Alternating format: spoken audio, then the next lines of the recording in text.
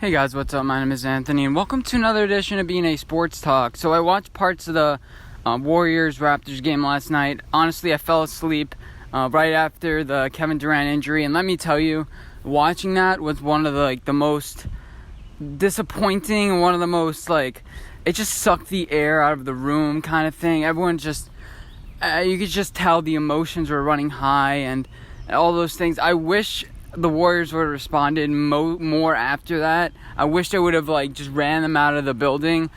And I think if the Warriors are going to win the championship, I think I would be more confident if they would just ran the Raptors out of the building, because that would have showed hey, this Warriors team, and they have fight in them. They're not going to give up. Obviously, they didn't give up. They were down 6 with 3 minutes left, and they scored 9 straight points pretty much. There's a controversial non-goaltending call. I don't even know what happened, but if I'm the Warriors, I think they're too laid back. Alright, so if we're comparing these two teams to NFL teams, I think we can compare them to the Rams and the Patriots. We're comparing all these teams Los Angeles versus St. Louis, Los Angeles versus St. Louis, Los Angeles versus Boston, that sort of thing that's been going on over the past year pretty much, all the matchups. And this is the legitimate Los Angeles versus Patriots. So first of all, the Patriots remind me of the Warriors. You have the dynasty, years coming, no turnover pretty much. You're bringing, not much has changed. You may have an injury, but it just feels like they keep on winning no matter what. But they've shown some, some chinks in their armor, or some, I don't know what the right terminology is. And then the Raptors kind of remind me of the Patriots in their mindset. Faces straight, laid back, party after, not during, kind of focused, driven, and all those words you want to say. Everyone, there's no one-star player. They'll cut you 1,000 different ways, 1,000 knives, that sort of thing. They have one kind of star that they lean up against, but it's somebody every single night that's stepping up. That doesn't really describe the Warriors. And then there's the Rams that represent both the Raptors and Golden State too. You have the Rams that, it's their first year, young head coach, inexperienced, kind of like the Raptors. It's their first time here. Everyone's excited, that sort of thing. Even though the cities aren't the same like Toronto and Los Angeles. Los Angeles a little bit more laid back. But then you have Golden State, who's really laid back. It reminds me of Los Angeles, that city, California, we don't care. And the fact that Golden State is laid back kind of worries me. It doesn't seem like they want it. I guess some teams are different, but there was no killer. There's no killer in the Warriors last night. Then again, in basketball, you need to be a little bit more methodical. You can't get over emotional, because then you start making bad decisions, you start making fouls. Same thing works for the NFL, but especially in basketball. You need to be calm, you need to be laid back. Both these teams are not showing urgency. Both these teams are, on the court, there's a lack of emotion. Is it just me? It seems like Steph Curry is just chucking up shots, whatever. We'll just put up shots. They seem a little bit like how the Rockets were. Just put up shots, and let's hope some of them fall. If they don't, whatever. It's not our time if we don't win. Klay Thompson even said, he had a quote saying, you got to enjoy the moment, you got to enjoy the ride. That's something you say afterwards. That's something you say after you win or lose or whatever. You don't know what's going to be over. But that's not something you say the night going into the game. That if we win or lose, it could be tomorrow that the dynasty ends, or it can be that 4 more years. That's not something you say. That's not the right message you bring to your team. And I think Kevin Durant coming back, and this shows that Kevin Durant is going to stay a Golden State Warrior. There were a lot of questions Kevin Durant, come back, he looks just fine, this, that. A lot of people were saying, he just doesn't want to play because he's leaving. And then he plays, and then he gets hurt. Like I said, the whole room, Drake was even, is it me or Drake was a little bit too emotional? Man, I get it, in order to be the man, you got to beat the man. But I think that was a little bit over dramatic there. I don't think really, come on, Drake. But besides the point, I think Kevin Durant is really going to stay, because all these people are saying, you know what? He was right for sitting out. He was so close, and now he's a torn Achilles. And you think you're going to tell me he's going to lead New York and Brooklyn to a finals? I get he's going to have Kyrie now beside him, But he's going to have to be the man wherever he goes. I think he stays another 2 years in Golden State, 3 years. He might sign a contract, but he might ride out the last year of his deal. And I think that he stays. Let's have a $10 bet on it to get 20 if he stays. So that's the main reason why I think he's going to stay. But more than ever, I don't really care who wins anymore. Right now, I think it's the Raptors still. I think the Raptors take Game 6 because, the Warriors, like the Patriots, like I said, have some chinks in their armor, losing to non-playoff teams. It's just when they're winning, they're not blowing anybody out. They're just barely winning by the hair of the chinny chin chin. Against the Trailblazers, they were down in all of those third quarters. Eventually, playing behind, you have a little bit of a confidence, but you can't do that with Toronto. Once you're down, you're going to stay down. They're long. They have a good defense. And the Warriors are going to have to figure a way out to bring something out of their ass. It's their last game at the Oracle no matter what. So the emotions are really going to be running high. But I think the Raptors are focused. The Raptors know what they're doing. This thought that, the Warriors aren't going to lose that last game at Oracle. Game 4 could have been that last game of Oracle. They lost that game, and it wasn't even close. Actually, no, it was pretty close. But you guys get what I'm saying. They have the potential to lose the last game at Oracle. So don't think, all of a sudden the Warriors are going to wake up. Their backs were against the wall then, I believe. That was a must-win game for them, and they didn't win. They didn't really show the intensity. They were kind of careless, made some careless mistakes. They were doing... there was no urgency for them. Going on with this Rams-Patriots analogy, remember going into the week running up into the Super Bowl, it's just like, is Todd Gurley going to play? How healthy is he going to be? And the Super Bowl felt kind of like a dud because Todd Gurley only played like 12 snaps. He had a breakout play and then didn't play for the rest of the game pretty much, and there's a penalty flag, so it got called back too. That kind of feels like what's going on with this series. If Kevin Durant didn't play, it would have been like a huge dud, but now that he's injured again, it kind of feels like that. And the Rams weren't at full strength, even though no team really is at full strength at this time of year. It kind of felt like the Raptors they're just healthier. They can win multiple ways. The Warriors can only beat you one type of way. And yeah, that's the way I'm feeling about this series. It's a little bit of a dud. It feels the Warriors, even when they have everyone on the court that is healthy besides Kevin Durant, they're not running anybody out of the gym.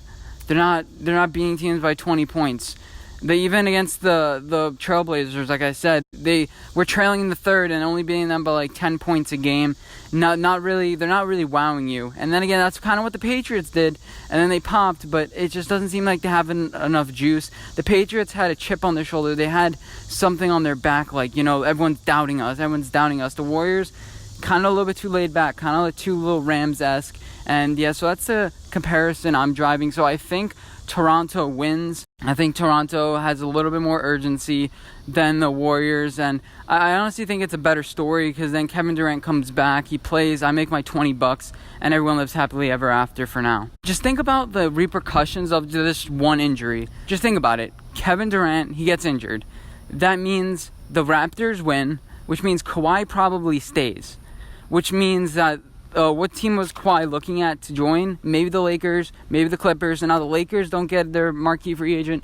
The Clippers don't get their marquee free agent. Like, they were probably banking on Kawhi to join them. They're looking at houses in Los Angeles. So now Kawhi's probably going to stay, and for at least the next couple of years. So Kevin Durant is going to stay in Golden State because it feels like the team now is a little bit more banded together. There's a little less animosity. Seems like they're a little bit more cohesive unit. They realize Kevin Durant fought for us, and he put his body on the line. He doesn't worry. He wants to win. And I think this is only going to draw this team closer together. And then think about it. So you have the Knicks and the Nets who really wanted to get Kevin Durant, and also maybe the Clippers too. I had the Clippers as the favorite a couple weeks ago. So that means the Knicks are probably not going to get him. So I mean, if you look at the rest of the free agents, that means the Knicks are going to be stuck with like a Kemba Walker. The Lakers are going to be stuck with like a Jimmy Butler. And Anthony Davis, where is he going to go? I think the Lakers are Anthony Davis or bust almost at this point, pretty much. And yeah, so this whole free agent thing kind of ended up a little bit of a dud. It seemed like there's so much hype to it, and now it's just kind of falling flat on its face. At this point, it's all about confidence. Going into the series, everyone thought the Warriors had all the confidence in the world. They're like, oh, we can win without KD, even though they showed signs of, slowing down. against Portland. They're like, you know what, we can win without KD, Clay, Boogie, whoever. We can win without. We're like the Patriots. Giving anybody, we have the coach who can do it. We have a deep bench, and they were somewhat right about that.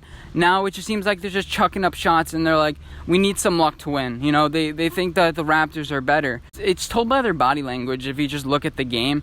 But the Warriors are mainly, they have to trust their ability to play down the stretch, because going down the stretch, Klay Thompson and Steph Curry are like, they're non-miss. They don't miss. It's crazy. But like in the regular flow of the game, is sometimes like, Steph Curry, why'd you just chuck that up? Going to Toronto, they, in the beginning of the series, they're just like, oh, they have no confidence. It was constantly like, nobody wanted to take the big shot. But now they have their guy Kahwi is going to take that big shot. Not last night. And they're actually showing signs of slowing down. They're actually showing signs of not having a lot of confidence that, like, Kyle Lowry took that shot. They don't know who the guy is for them. And that's a little bit concerning, but I still think the Raptors take it out. As far as Game 6, I'm not sure. It's the last game at the Oracle, like I've been mentioning. I'm not too sure who's going to win. Obviously, nobody is sure who's going to win, because that's the the ebbs and flows of basketball. I just wanted to go to Game 7, and I think the Raptors will win. But either way, if the Raptors or the Warriors win, I still think KD stays, because again, this camaraderie is just getting stronger and stronger. Is KD, KD, they need him. There's a tweet out by his mom now saying he's a fighter, and the whole city's pretty much rallying for him. And I don't think KD can look the team in the face and say, you know what, I'm leaving. I can carry a team now with my injury. I can carry a team with my injury, they carry the heavy load. And you guys, screw you guys, that sort of thing. But he won with the Warriors. As much as I'm mentioning how the Raptors remind me of the Patriots, they also remind me of the Eagles from the other year. Dethroning the Patriots or the Warriors for their title. Making a big splash in the offseason, not being afraid. Now, the whole Carson Wentz, Nick Foles thing is not really realistic. They haven't had a big injury. But going all in, the strong defense, fearless, that type of thing. The team was mediocre for years and years and years. They decided to make a big splash. Many people thought they were stupid. And like the Rams this year, the new NFL, they ended up going all in. The Rams lost last year and the Eagles won. And with the Warriors, when is their dynasty going to end? Is Kevin Durant leaving now? Had the same kind of feeling with Rob Gronkowski. When is he going to leave? Is he going to stay? A lot reminds me of both teams. Either way, I think the writing's on the wall for the Golden State Warriors for now. Or are they going to rebound next year like the Patriots did? I'm not sure. But either way, I think Toronto takes it. They mentioned you think this team is going to play just as they did this game again? I think that's a little bit, that point's a little bit overdrawn, a little bit overrated. It's kind of like, I get if somebody goes 10 for 10 from three. When people say this player's due for a game, this player's due, I don't really believe it that much, because we've seen plenty of times where teams can win many different ways. And the Warriors, they can only win one way. It's like that meme with Avengers. Like, there's a 1 in 14 million scenarios, and there's only one scenario where it works. The Warriors have to have good defense. Clay has to have 25. Steph Curry has to have 35. And you're going to have Draymond Green get a triple-double, his 10-10-10, his cheap triple-double. Then you're going to have Boogie Cousins at least 15, Cook coming off the bench, Livingston, Looney there's so many players that are gone from them now. And yeah, so I have my BNA Weekly coming up Sunday. It's kind of like my schoolwork. It's fun. I love doing it. It's kind of like schoolwork. It's like a big project. It's like a class project. That's what I love about YouTube. It's like, this is pretty much like a school presentation that you're giving, and you're not doing it for a grade, you're just doing it for fun, and nobody really cares. And I enjoy doing it, so I'm going to keep doing it no matter whether I'm getting 5 views or 1,000 views or 100,000 views. I don't really care. Anyway, hope you guys did enjoy this video. If you did, make sure to give it a like rating. While you're down there, please comment, favorite, and subscribe if you haven't already. Anyway, thank you guys for watching, and I'll see you in my next video. Bye, guys.